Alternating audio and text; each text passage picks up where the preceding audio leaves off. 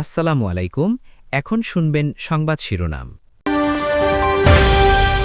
কাল সকাল 11টায় বসছে ত্রয়োদশ সংসদের প্রথম অধিবেশন। নেতার সভাপতিত্বে সংসদীয় দলের স্পিকার, উপনেতা সহ গুরুত্বপূর্ণ বিষয়। ঢালাও সমর্থন আর বিরোধিতার বৃত্ত থেকে বেরোনোর পরামর্শ বিশ্লেষকদের। 2 টন ওয়ারহেডবাহী মিসাইল ছুড়ল ইরান, ইসরায়েলে ব্যাপক ক্ষয়ক্ষতি। হরমুজের দখল রাখতে মাইন স্থাপন তেহরানের। স্টেশনগুলোতে তেলের সরবরাহ বাড়িয়েছে সরকার। চট্টগ্রাম বন্দরে জ্বালানি খালাস শুরু, রেশনিং এর কারণে পাম্পে ঘণ্টার পর। এতক্ষণ শুনছিলেন সংবাদ শিরোনাম। এখন শুনবেন বিস্তারিত। আগামীকাল সকাল 11টায় ত্রয়োদশ জাতীয় সংসদের প্রথম অধিবেশন বসবে। এই সংসদে স্পিকার ও ডেপুটি স্পিকার নির্বাচন করা হবে। তাদের শপথ পাঠ করাবেন রাষ্ট্রপতি মোহাম্মদ শাহাবুদ্দিন। সংসদ নেতার প্রারম্ভিক বক্তব্যের মধ্য দিয়ে অধিবেশন শুরু হবে বলে জানিয়েছেন স্বরাষ্ট্রমন্ত্রী সালাউদ্দিন আহমদ। সংসদ নেতা ও প্রধানমন্ত্রী তারেক রহমানের সভাপতিত্বে সংসদীয় দলের বৈঠক শেষে একথা জানান তিনি। জাতীয় সংসদ ভবনে বেলা 11টায় সরকার দলীয় সভাকক্ষে এই সভা শুরু হয়। পরে ব্রিফিং করেন চিফ হুইপ মোহাম্মদ নুরুল ইসলাম, জানান খালি চেয়ার দিয়ে সংসদ অধিবেশন শুরু হবে। প্রধানমন্ত্রী প্রথম অধিবেশনের একজন সভাপতির নাম প্রস্তাব করবেন। সংসদ সমর্থন করলে তার সভাপতিত্বে শুরু হবে সভা এবং স্পিকার ও ডেপুটি স্পিকার নির্বাচিত হবে। চিফ হুইপ বলেন, এবারের সংসদ হবে জনগণের কাঙ্ক্ষিত সংসদ। কার্যকর, দায়িত্বশীল, প্রাণবন্ত সংসদে পরিণত করাই সরকারের লক্ষ্য বলে জানান তিনি। সংসদে বিরোধী দলের গঠনমূলক ভূমিকা ও সহযোগিতার প্রত্যাশা করেন। আগামীকালকে আমাদের সংসদ নেতা মাননীয় প্রধানমন্ত্রী প্রারম্ভিক স্বাগত বক্তব্যের মধ্য দিয়ে অধিবেশনের সভাপতি কে হবেন। যেহেতু স্পিকার এবং ডেপুটি স্পিকার আজ পর্যন্ত আমাদের জানা মতে অ্যাভেলেবেল হয় নাই, সেই জন্য কে সভাপতিত্ব করবেন ইত্যাদি বিধি মোতাবেক তিনি উপস্থাপন করবেন, আহ্বান করবেন। পার্লামেন্টারি পার্টির বৈঠক যা হয় বিভিন্ন বিষয় নিয়ে সংসদ শুরু হচ্ছে, তো সেই সব বিষয় নিয়ে একই সঙ্গে আমরা পার্লামেন্টের সব দায়িত্ব নিয়ে আলোচনা হয়েছে।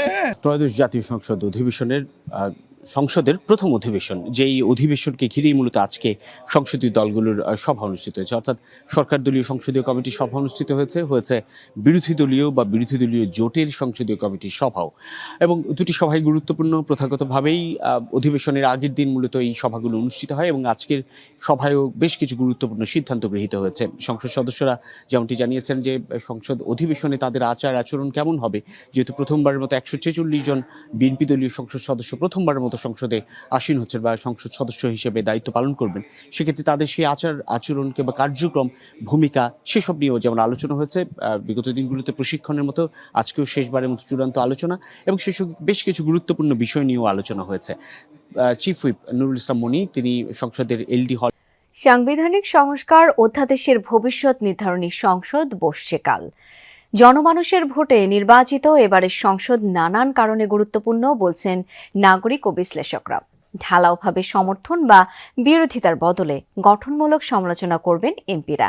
আইনের শাসন, দ্রব্যমূল্য নিয়ন্ত্রণ ও নিরাপত্তা সহ জনগণের প্রত্যাশা পূরণে কাজ করবে এবারের সংসদ, এমন প্রত্যাশা তাদের। বহু বছর পর এবার প্রত্যক্ষ ভোটে জনপ্রতিনিধি নির্বাচিত করেছে জনগণ। অধিকার ও গণতন্ত্র পুনরুদ্ধারের সে লড়াই ছিল রক্তক্ষয়ী। তাই হয়তো নির্বাচিত প্রতিনিধিদের কাছে এবার প্রত্যাশাও অনেক বেশি। ক্ষমতার চর্চা নয়, মানব সেবার শক্তিশালী কাঠামো তৈরিতে কাজ করবেন সংসদ সদস্যরা, আশা সাধারণ মানুষের। আশা আকাঙ্ক্ষা নিয়ে আমরা ওনাদেরকে নির্বাচিত করেছি।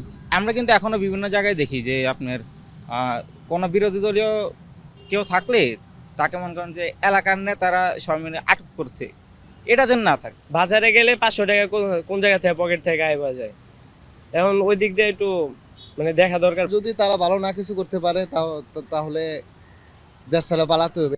জুলাই অভ্যুত্থান পরবর্তী সময়ে সংস্কারের দাবি দেওয়া ছিল অনেক। স্বৈরতন্ত্র ঠেকানো, আইনের শাসন প্রতিষ্ঠা সহ বিভিন্ন দাবিতে গঠিত হয় সংস্কার কমিশন। খাতওয়ারি আমূল পরিবর্তনের সুপারিশ করেন অভিজ্ঞরা। সেসব সুপারিশ তথা সংস্কার প্রস্তাবের ভবিষ্যৎ নির্ধারিত হবে বর্তমান সংসদের হাত ধরে। ফলে নতুন সংসদের গুরুত্ব অনেক বেশি। গত 15-16 বছর নির্বাচন ঠিকভাবে হয় নাই, কোনো শক্তিশালী বিরোধী দল ছিল না।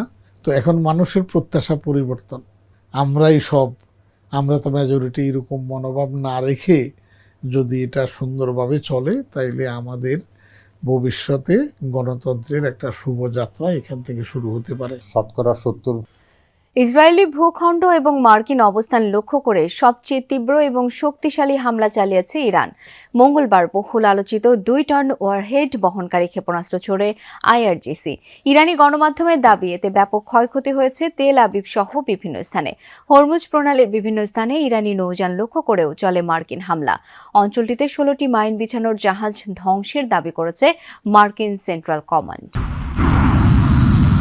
2 টন ওয়ারহেডবাহী মিসাইল ছোড়া হচ্ছে ইসরায়েলি ভূখণ্ড এবং মার্কিন অবস্থানে। মঙ্গলবার রাতে বহুল আলোচিত এই ক্ষেপণাস্ত্রের হামলা চালায় ইরান। দেশটির রাষ্ট্রীয় গণমাধ্যমের পাশাপাশি আন্তর্জাতিক বিভিন্ন গণমাধ্যমে প্রকাশিত ভিডিওতে দেখা যায় এসব ক্ষেপণাস্ত্র ভয়াবহ ধ্বংসযজ্ঞ সৃষ্টি করে তেল আবিব সহ ইসরায়েলের বিভিন্ন এলাকায়। বাণিজ্যিক, আবাসিক সহ বিভিন্ন স্থাপনায় আঘাত হানে এসব মিসাইল। আগুন জ্বলতে দেখা যায় বাংকার সহ বিভিন্ন ভবনে। গেল 28 ফেব্রুয়ারি ইরানের উপর ইসরায়েল যুক্তরাষ্ট্রের হামলা শুরুর পর এটিকেই তেহরানের সবচেয়ে বড় শক্তিশালী অভিযান হিসেবে আখ্যা দেওয়া হচ্ছে। তেল আবিবের পাশাপাশি বীর ইয়াকুব এবং পশ্চিম জেরুজালেমেও ব্যাপক এর পাশাপাশি অব্যাহত আছে আরব দেশগুলো থাকা মার্কিন দূতাবাস এবং ঘাঁটি লক্ষ্য করে হামলা। ইরানের হামলার কারণে আরব আমিরাত এবং ইসরায়েলের কনসুলেট বন্ধ ঘোষণা। এদিকে আরব আমিরাতের উপকূলে একটি জ্বালানি ট্যাঙ্কারে বিস্ফোরণ হয়েছে। ধারণা করা হচ্ছে ইরানের ছোড়া ড্রোন অথবা মিসাইলের আঘাতে এই বিস্ফোরণ। এ অবস্থায় ইরানি ভূখণ্ডেও হামলার পরিধি বাড়িয়েছে ইসরায়েল যুক্তরাষ্ট্র।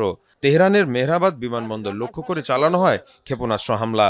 এর পাশাপাশি ইরানের রাজধানীর আবাসিক এলাকাগুলো চলছে ক্ষেপণাস্ত্র এবং বিমান হামলা। কোম, নাতানজ এবং ইস্পাহানেও ভয়াবহ হামলা চালিয়েছে মার্কিন বাহিনী।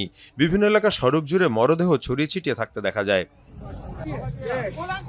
এদিকে হরমুজ প্রণালীর বিভিন্ন স্থানে ইরানি নৌযান লক্ষ্য করেও চলে মার্কিন হামলা। অঞ্চলটিতে রেশনিং পদ্ধতির আওতায় ডিপো থেকে পেট্রোল পাম্পগুলোতে জ্বালানি তেল সরবরাহ বাড়িয়েছে বাংলাদেশ পেট্রোলিয়াম কর্পোরেশন বিপিসি। বিপিসির সচিব শাহিনা সুলতানা স্বাক্ষরিত এক প্রেস বিজ্ঞপ্তিতে এই নির্দেশনা দেওয়া হয়।